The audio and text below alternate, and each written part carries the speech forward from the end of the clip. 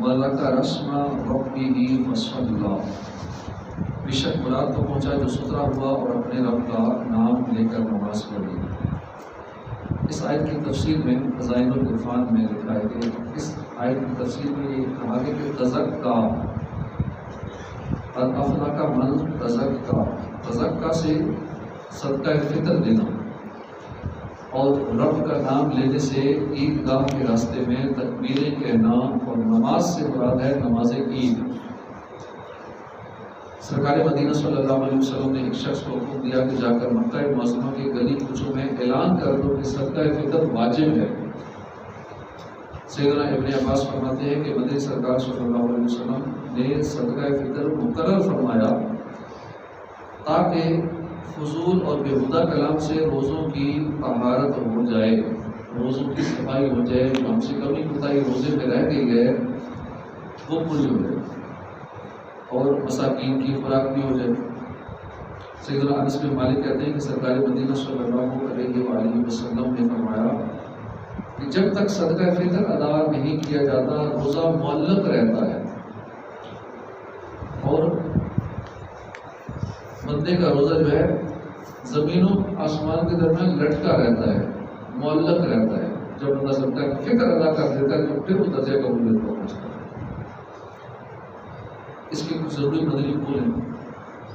صدقہ فطر ان تمام مسلمان مرد و عورت پر واجب ہے جو صاحب نصاب، اور ان کا نصاب حاجات اصلیہ یعنی ضروریات زندگی، مثلا رہنے کا مکان ہے، خانہ داری کا سامان وغیرہ ہے، اس سے فارغ ہو۔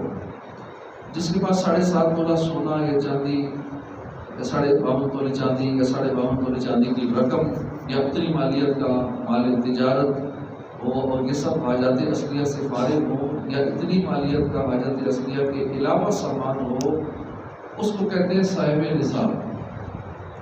صاحب نصاب، غنی، فقیر، حاجات اصلیہ وغیرہ اصطلاحات کی تفصیلی جو معلومات ہے یہ بہاری شریف کے اندر اس کی 5ویں حصے میں، پہلی جلد اور 5واں حصہ بہاری شریف کا، اس میں پوری ڈیٹیل لکھی ہوئی۔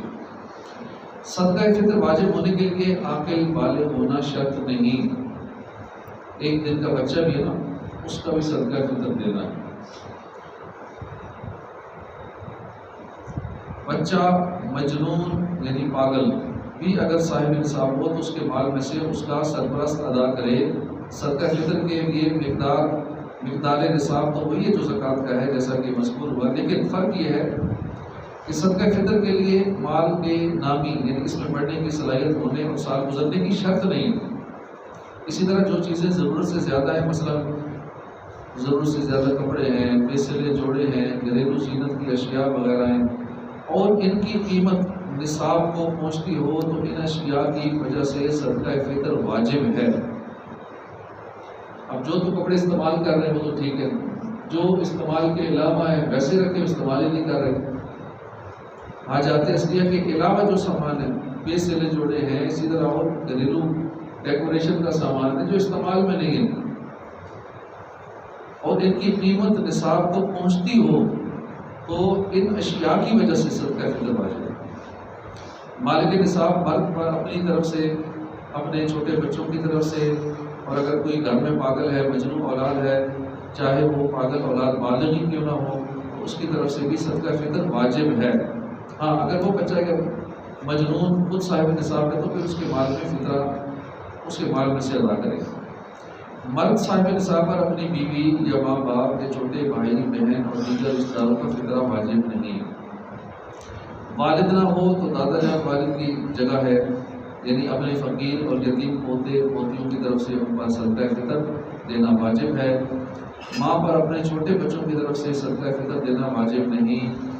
باپ پر اپنی عاقل بالغ اولاد کا فطرہ واجب نہیں، باپ پر اپنی عاقل اور بالغ اولاد کا فطرہ واجب نہیں۔ ہاں دے دے تو اچھی بات ہے، اگر بچے اپنی کمائی کرتے ہیں تو بچوں کو دینا ہوگا، ہاں ویسے باپ دے دیتا ہے تو ٹھیک ہے، اچھی بات ہے۔ اگر نہیں دیتا باپ تو باپ گنہگار نہیں ہے، اس کی اولاد گنہگار ہوگی جو مالے ہیں اور قتل و شرب والے۔ کسی صحیح مجبوری، شرعی مجبوری کے تحت روزے نہ رکھ سکا، یا معاذ اللہ بغیر مجبوری کے رمضان کے روزے نہ رکھے، اس پر بھی صاحب نصاب ہونے کی صورت میں صدقہ فطر واجب ہے۔ بیوی یا بالغ اولاد جن کا نفقہ وغیرہ، روٹی کپڑے وغیرہ کا خرچ جس شخص کے ذمہ ہے، وہ اگر ان کی اجازت کے بغیر ان کا فطرہ ادا کر دے تو ادا ہو جائے گا۔ ہاں اگر نفقہ اس کے ذمہ نہیں ہے، مثلا بالغ بیٹے نے شادی کر کے الگ گھر بنا لیا ہے، اپنا گزارا خود ہی کر لیتا ہے، تو اب اپنے نان نفقے یعنی روٹی کپڑے وغیرہ کا خود ہی ذمہ دار ہو گیا، لہٰذا ایسی اولاد کی طرف سے بغیر اجازت فطرہ دے دیا تو ادا نہیں ہوگا۔ جو بچے اپنے اپنے گھروں والے نے شادی کر کے الگ کر دیا ہے، اب ان سے پوچھے بغیر فطرہ دیں گے تو نہیں ہوگا۔ ہاں ان سے اجازت لے کے کہ میں آپ کا فطرانہ ادا کر رہا ہوں، اب ہو جائے گا۔ بغیر اجازت کے ادا کرے گا تو ادا نہیں ہوگا۔ بیوی نے بغیر شوہر حکم شوہر اگر شوہر کا فطرہ ادا کر دیا تو ادا نہیں ہوگا۔ بار ادا کر دیا بیوی نے کہ چلو جی ثواب ہوگا، ادا ہی نہیں ہوگا، بیوی نے اجازت نہیں دی شوہر سے۔ عید الفطر کی صبح صادق طلوع ہوتے وقت جو صاحب نصاب تھا اس پر صدقہ فطر واجب ہے۔ اگر صبح صادق کے بعد صاحب نصاب ہوا تو اب واجب نہیں ہے۔ صدقہ فطر ادا کرنے کا افضل وقت یہ ہے کہ عید کو صبح صادق کے بعد عید کی نماز ادا کرنے سے پہلے ادا کر دیا جائے۔ اگر چاند رات یا رمضان کے کسی بھی دن، بلکہ رمضان شریف سے پہلے بھی اگر کسی نے ادا کر دیا تو تب بھی فطرہ ادا ہو گیا، اور ایسا کرنا بالکل جائز ہے، رمضان سے پہلے بھی ادا کر سکتے ہیں۔ اگر عید کا دن گزر گیا، فطرہ ادا نہ کیا تھا، تب بھی فطرہ ساقط نہ ہوا بلکہ دینا پڑے گا۔ زندگی میں جب بھی مال ہو یا اس کو دینا پڑے گا، اور ادا کرنا ہی ہے زندگی میں کبھی بھی۔ صدقہ فطر کے مصارف وہی ہیں جو زکوٰۃ کے ہیں، یعنی جن کو زکوٰۃ دے سکتے ہیں انہیں فطرہ بھی دے سکتے ہیں، جن کو زکوٰۃ نہیں دے سکتے ان کو فطرہ بھی نہیں دے سکتے۔ ڈائریکٹ مسجد مدرسے یا کسی دینی کام پہ نیک کاموں پہ نہیں لگا سکتے۔ ہاں اگر نیک کاموں پہ لگانا ہے، مسجد کی تعمیرات میں لگانا ہے، مدرسے میں لگانا ہے اور نیک کاموں میں لگانا ہے، اس کے لیے شرعی ہیلا کیا جاتا ہے۔ عموماً دینی تحریکیں جو دینی کاموں کے لیے چندہ اکٹھا کرتی ہیں، کروڑوں اربوں روپے میں زکوٰۃ فطرہ اکٹھا ہوتا ہے، وہ عموماً ایسے ہی کرتی ہیں۔ جو شریعت کے مطابق چلنے والی تحریکیں ہیں وہ اس کا باقاعدہ پراپر ہیلا کرتے ہیں اور پھر اس کو نیک کاموں پہ خرچ کرتے ہیں۔ سادات کرام کو صدقہ فطر نہیں دے سکتے کیونکہ یہ بنی ہاشم سے ہے۔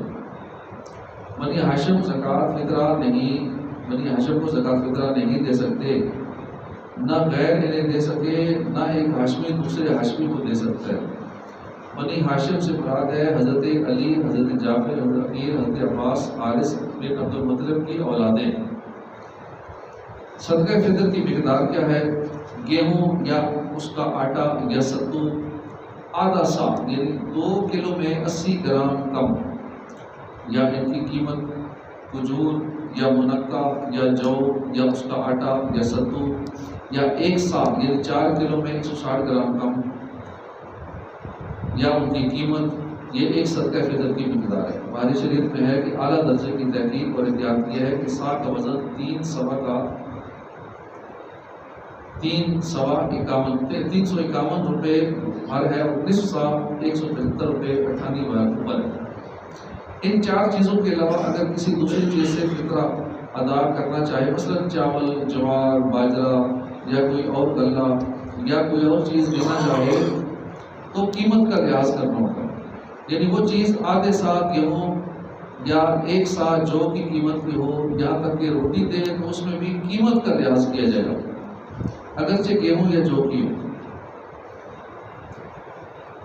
منقول ہے کہ جو شخص عید کے دن 300 مرتبہ سبحان اللہ و بحمدہ پڑھے، بہت سے مسلمانوں کی ارواح کو اس کا ثواب اثار کرے تو ہر مسلمان کی قبر میں 1000 انوار داخل ہوتے ہیں، اور جب یہ پڑھنے والا خود مرے گا تو اللہ پاک اس کی قبر میں بھی 1000 انوار داخل کرے گا۔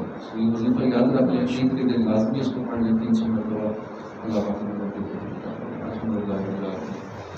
والصلاة والسلام على سيد المرسلين ربنا آتنا في الدنيا حسنة وفي الآخرة حسنة وقنا عذاب النار ربنا ظلمنا أنفسنا وإن لم تغفر لنا وترحمنا لنكونن من الخاسرين رب زدني علما وارزقنا كما ربياني صغيرا يا مقلب القلوب ثبت قلبي على دينك اللهم اغفر لي ولكل مؤمن ومؤمنة. اللهم إني أسألك علما نافعا ورزقا واسعا وشفاء من كل داء. التي أنت وسيلتي أدركني يا رسول الله. سبحان